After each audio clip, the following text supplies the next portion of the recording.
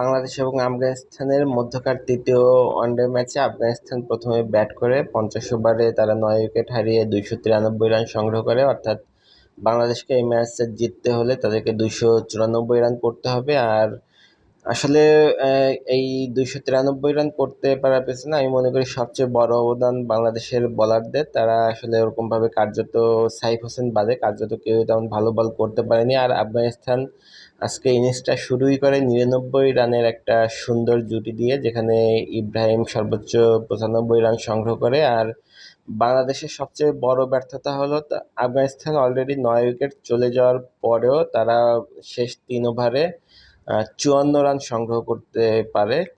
চিন্তা করে দেখুন যে 3 ওভারে 54 রান কিন্তু খুব বড় একটা বিষয়, যেখানে মেহেদী হাসান আমাদের ক্যাপ্টেন সে একাই 1 ওভারে 25 রান দিয়েছে।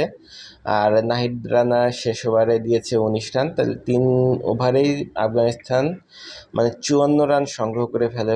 ফলে বাংলাদেশ এখানেই ম্যাচটা অনেকটা ছিটকে যায়। এখন দেখা যাক আমাদের ব্যাটসম্যানরা তারা কি করে, সেই আশায় রইলাম। আর সাইফ হোসেন খুব ভালো বল করেছে, সে মাত্র 4 ওভার বল করে 10 রান দিয়ে 3 উইকেট নিয়েছে। এখন দেখা যাক বাদ বাকি ব্যাটসম্যানদের উপর।